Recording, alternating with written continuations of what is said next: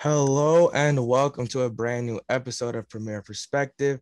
Today we are here to talk about both the Copa America final and the Euros final. Great game, a lot of entertaining moments. Interesting to see how the games panned out. Ryan, start off with Argentina Brazil. What are your overall thoughts on the game?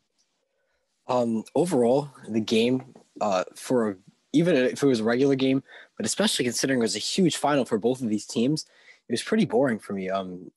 Neither team looked like they really wanted it a crazy amount.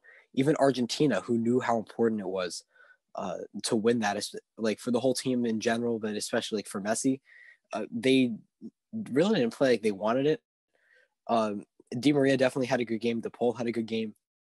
But on Brazil's side, I wouldn't say anybody had a standout game. Brazil looked really flat the whole Yeah. time. Argentina were just holding the ball better, and that's why they were able to score that goal fairly early in the first half and hold on to it for the rest of the game. But Brazil never looked like they were going to challenge. I mean, in any other uh, of these games in the finals, the Copa America final, usually the other team presses right away Hmm. after Argentina scored. I'm pretty sure they scored the 20-something minute, and Brazil never looked like they were going to get back into that game. They could have. It was one goal, Hmm. Yeah, but it they was never one looked like goal. they wanted to. So that's my main takeaway from it. Not much to it. I just thought both teams looked fairly flat, but Argentina getting that early goal, they played strong after that to hold on. But Brazil never looked like they wanted it. Yeah, no, I agree with you. I thought there was a lack of effort from Brazil that I really hadn't seen. There was a lot of mediocre performances from players that had been playing well all tournament. I thought Casemiro had a pretty average game considering all the great games that he's had. I thought Richarlison did have some good moments, but overall wasn't really that great. I thought Neymar did as much as he could, but there was no shining moments from him either. And then, especially going forward, Brazil just looked like a different team. Defensively, they didn't play bad. They, you know, there was the one mistake that led to the goal. But besides that, you could say that they had a pretty compact game. And yeah, I thought Brazil put could have done a little bit better in the game for sure. But I'm really happy for Argentina, and I'm super happy for Messi. Yeah, I'm so happy for Messi. I mean, if anybody deserves to win a game like that with your Mhm. national team, it's a different sense of pride, and Yeah, um, anybody deserves that. It's Leo Messi, it definitely is. and he's been through so much with them. They lost the World Cup final Mhm. in extra time in 2014. And that's just heartbreaking. And after that, I mean, he's always pushed on it. He's never had dull moments with club or country. He's always been the shining star on that Mhm. team. And the Argentina team, I think they are special this year. They're not a World Cup competing team, in my opinion, but they fought really hard throughout this whole tournament. And that team, and especially Messi, really deserved this one. Yeah, they definitely made the most of the opportunity for sure. Really glad to see Messi win this tournament, win something for the national team because that was pretty much the only thing that was left in his resume that needed to get checked off was a trophy with Argentina.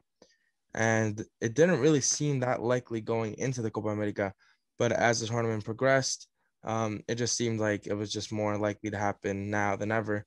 Um, Messi, I think, is just such a phenomenal player. Even though you might consider to his standards, didn't necessarily have the most amazing final, but every single game besides the final, he was incredible. I saw this thing that um, I can't remember the exact number, but it's like the amount of man of the matches that Messi has, and whoever has the second most is like half less. Like Messi has double the amount of man of the match performances than any player ever. So So this is yeah, like yeah. So like ever let's like just in say oh like I don't know ever. the exact number, but let's just say like Messi had like 200. The next closest person has like 100. Like he has Yeah, double the amount.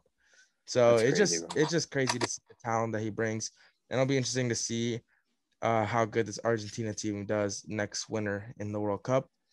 But moving on to the Euros, Italy versus England. Now, if England would have won in penalties, I needed a check from someone for this prediction. I needed to get hired.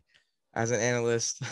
Did you predict that? Because I I forgot. said I remember I was saying that I wanted England. I had a slight favor towards Italy, but then at the end, what my final prediction ended up being was that the game was gonna be. I think I said 1-1. You did. You did. 1-1, go to penalties, and then England was gonna win in penalties. Now Italy ended up winning in penalties. Um, Overall, the game, I didn't think the game was that great from either team. I didn't think either team played that good. I think it was a definition of a gritty final. Both teams going at it at the same level, deservingly 1-1. I thought that after England scored that first goal, they didn't really play that good for the rest of the game. Italy really picked it up, took advantage of the England style of play in the second half, and you expected more from England in that second half, especially going up 1-0. Were really convincing in the first half, obviously getting that goal so early, but it was England's game to win at that point, and them letting the game get drawn and not scoring another goal, that's all up on them. Yeah, and they totally let Italy back into that game. Mm-hmm. I do have a couple things to say about it. From both teams. England scoring early, that was huge. Italy had a bad first half. Yes. I would say not just they were very poor in the Mm-hmm. first half. They looked asleep on the England goal. England came out firing. But then where it went wrong for England, it wasn't in the second half or extra time or pens. It was in the first half after they scored that goal, because they scored the goal and they came out firing with Luke Shaw and Trippier on the wing back positions, and Mm-hmm. they were getting up, and they created a chance already before that goal. And then Yeah. they scored, and they felt like they were able to sit back against Italy. And at this time, Italy wasn't coming back and pressing them. If they come back to press, I understand, but they weren't.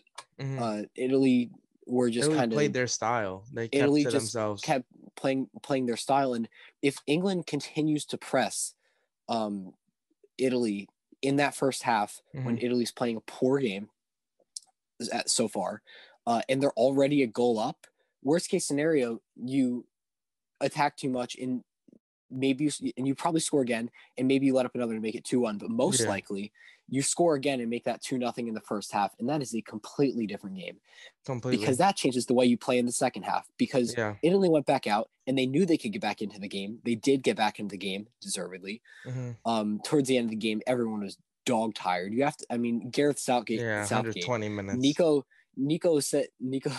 always texts me and says Southgate must be allergic to subs, Yeah. because I mean And he the subbed substitutions on. that he did were very questionable. At that time of the game, 70 minutes when he brought in his first sub, which was Saka.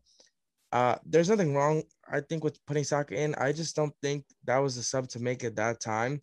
It was I not. thought the better sub would have been to put in either Sancho or Grealish, someone with more of attacking presence than Saka has. Saka's really well rounded, which I'm assuming is what Southgate likes.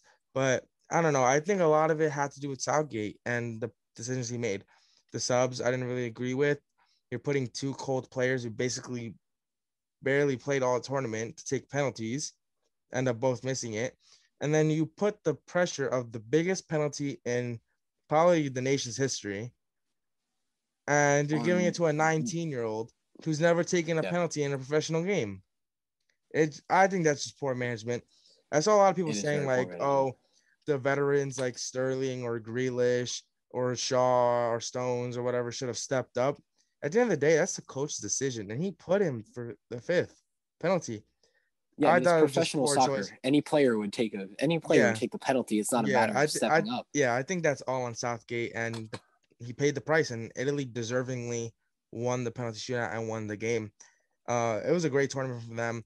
Obviously, they did not qualify for the last World Cup, which was a shock, but have been absolutely unstoppable ever since. If they continue the form that they in right now, they definitely could contend for this World Cup next year. And it'll be Yeah. interesting to see how, like we said with Argentina and with Italy, to see how this momentum from this Euros goes into next year. Obviously, a lot of time in between, but it'll be interesting to see how that goes. Yeah, and for me, England, the just poor management. I mean, uh, I think Sterling had a good game in terms of the pressure he put on. He wasn't exactly able to unlock the Italian defense because Chiellini and Bonucci played absolutely incredible Amazing games.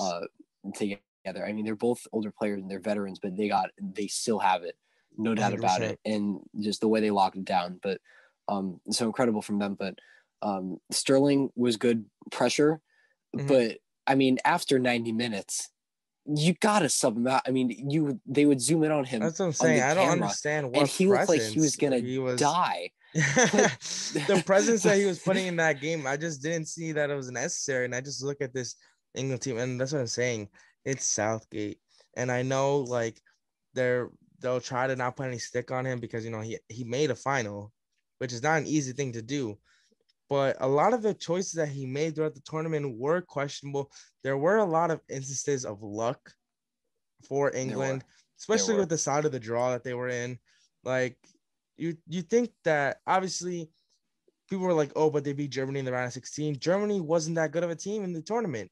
Germany was not, and if they were to have gotten yeah. Spain or Portugal or Belgium or Italy on that side of the draw, it would have been a completely different game. I don't know.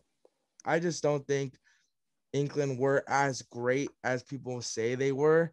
I think there's a lot of missing pieces. I think they definitely have the potential to be the best team in Europe. Now, whether that they'll come together within the next year to be able to do that in the World Cup, that's a whole different story. Only time can tell for that. But it's just going to be interesting to see how it goes. Yeah, and all the European teams very good, especially in the last four, even the last final 8 of the tournament. I like to see more of that in the future. Maybe we can do a video on that about who has the potential, and so maybe look out for that kind of video in the future. But definitely England, like you said, they have the potential to be the best team in Europe, and I would say at this point a World Cup winning team, considering the South American teams who usually contend weren't too great this year. But Italy, to go to them, I mean, they totally deserved it. Yeah, they got a little lucky at times, winning 2 penalty shootouts. There's some luck involved, but I always say the way Italy have fought back throughout this whole tournament, it's so commendable. They deserve what they've won. They always fight together at all times, even if they're a little poor. They always come back and just fight a little harder, and it's paid off for them. And they'll be a really exciting team to watch in the future, because I think them and England as well will be able to say, all right, so this is what we did well, this is what we did wrong in this tournament, and this is how we can be the best team out there. Both teams, a lot of potential, but Italy in this one most definitely deserved it. One of the leading contenders from the start. 100%. And that pretty much wraps it up. We wanted to do a video, speaking about these 2 finals of the big tournaments. Now we have a break. We have a month off basically until the domestic leagues start again, Premier League. In between then, we'll probably do some videos here and there in terms of any big transfer news, even since we didn't get to start from the beginning of last Premier League, this year we'll be able to do a prediction of the Premier League 1 to 20. So that'll be interesting to see. And yeah, a lot of content to come in the future. Once again, we want to say thank you to anyone who's shown support on the channel. We really appreciate it, and we'll see you guys soon.